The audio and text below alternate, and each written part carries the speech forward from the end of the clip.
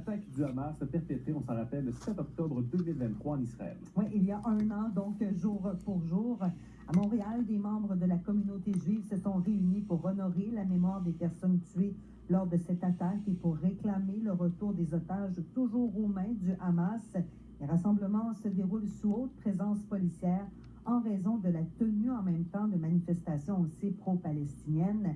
La police avait d'ailleurs annoncé qu'elle allait accroître sa visibilité. En prévision de cette journée, voici quelques personnes rencontrées à Montréal.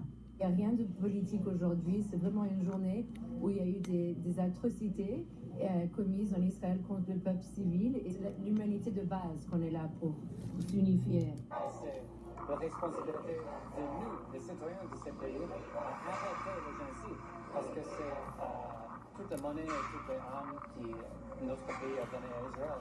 C'est ridicule. Les cérémonies de commémoration ont également eu lieu à Toronto et Ottawa, ici au Québec.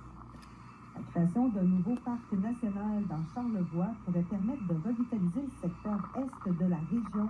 Lundi, le gouvernement du Québec a annoncé son intention de créer 3 nouveaux parcs nationaux québécois dans son plan Nature 2030, que vous savez, est évalué à 922 millions de dollars.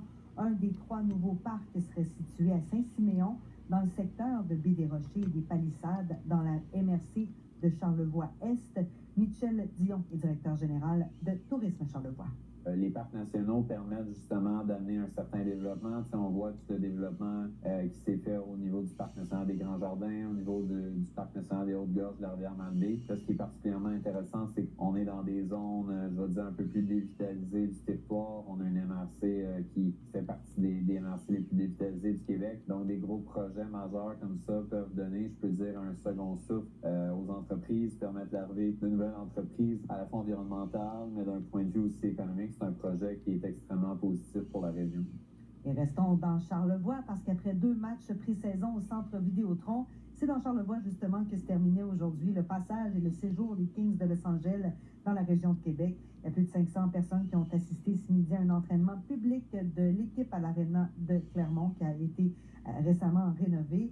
Selon l'attaquant Philippe Dano, l'activité a conclu un séjour de rêve pour les Kings dans la capitale nationale.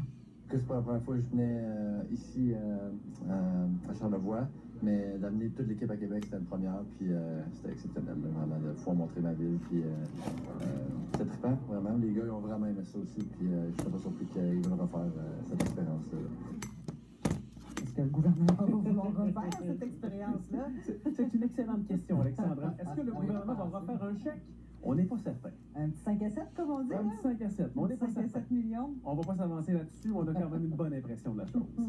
Il y avait des gens bien heureux, par contre, oui. du côté de Clermont aujourd'hui. C'est pas tous les jours qu'on a la visite d'une équipe d'ANH. Autrefois, les Nordiques allaient faire un tour là-bas aussi. Les Canadiens aussi. Oui, les Canadiens sont déjà allés, les Nordiques aussi allaient faire un tour aussi. Alors, autour des Kings de Los Angeles maintenant. Ils ont passé un petit séjour dans Charlevoix. Voilà, c'est bien plate.